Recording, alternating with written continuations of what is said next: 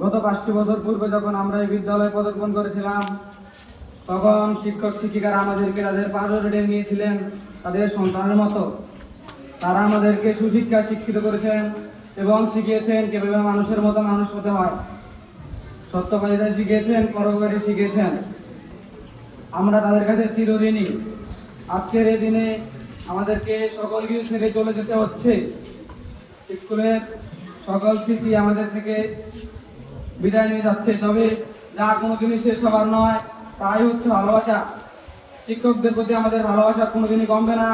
আমাদের হৃদয়ে তা চিরস্মরণীয় এবং চির অমর হয়ে থাকবে। গত 5 বছর পড়ালেখা চলাকালীন যদি কোনো শিক্ষক শিক্ষিকাদের মনে কাঙ্ক্ষিত অনাকাঙ্ক্ষিতভাবে কষ্ট দিয়ে থাকি বা ভুল করে থাকি, অনুগ্রহ করে আমাদেরকে ক্ষমা করে দিবেন। আমরা আপনাদের কাছ থেকে ক্ষমা প্রার্থী এবং আমার ব্যাচমেট সবাইকে আপনারা ক্ষমা করে দিবেন। তাছাড়াও এই বিদ্যালয়ে অধ্যয়নরত সকল ছাত্রছাত্রী অর্থাৎ আমার ছোট ভাই বোন, তোমাদের মনে যদি কোনো আমরা কখনো কাঙ্ক্ষিত বা অনাকাঙ্ক্ষিতভাবে কষ্ট দিয়ে থাকি, বড় ভাই হিসেবে তোমাদের কাছে আমি ক্ষমা চাচ্ছি। আমাকে এবং আমার ব্যাচমেটদেরকে তোমরা ক্ষমা করে দিবে।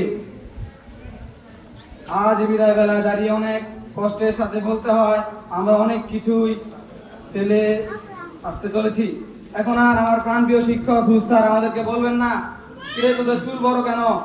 এখন আর আমার কাউসার স্যার বলবেন না যে কিরে ক্লাসে আসিস নাই কেন? এখন আর আমার প্রাণপ্রিয় শিক্ষিকারা আদর করে 5 মিনিট বেশি ক্লাস করাবেন না। সকল কিছু শেষ হয়ে গেল। সকল কিছুর মধ্যে সবচেয়ে বেশি আমাদেরকে যেটি কষ্ট দেবে তা হচ্ছে আমাদের সমাবেশে আমরা আমাদের বিদ্যালয়ের শিক্ষক শিক্ষার্থী এবং ছোট ভাই বোনদের নিয়ে আমরা বলতাম, আমার সোনার বাংলা, আমি তোমার ভালোবাসি, এবং দেশ গড়ার লক্ষ্যে আমরা শপথ নিতাম। আজ এই মুহূর্তে দাঁড়িয়ে বলতে হচ্ছে সকল কিছুই আমাদের থেকে বিদায় নিয়ে দিচ্ছে। আজ এই প্রান্তে দাঁড়িয়ে আমি বলতে চাই, যদি কখনো কারো মনে কাঙ্ক্ষিত বা অনাকাঙ্ক্ষিত ভাবে কষ্ট দিয়ে থাকি বা ভুল করে থাকি, দয়া করে আমাদেরকে ক্ষমার দৃষ্টিতে দেখবেন এবং মাফ করে দিবেন। আমাদের অনুষ্ঠিতব্য যেই পরীক্ষা রয়েছে, বর্তমান শিক্ষামন্ত্রী আনমে সানুলক মিরন সাহেব তিনি তার একটি বক্তব্য বলেছেন যে অন্যান্য বছরের তুলনায় এই বছর পরীক্ষাটা একটু কঠিন হবে, যা নিয়ে আমাদের ভিতরে অনেক ভয়ভীতি কাজ করছে। আপনারা সকলেই আমাদের জন্য দোয়া করবেন যাতে আমরা এই সামান্য ভয়কে জয় করে একটি ভালো ফলাফল আপনাদের সামনে উপস্থাপন করতে পারি।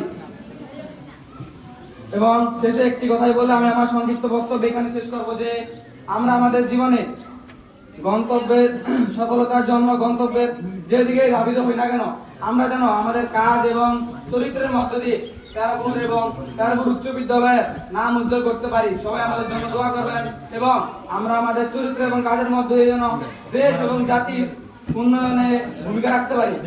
এই বলে আমি আমার সংক্ষিপ্ত বক্তব্য এখানে শেষ করলাম।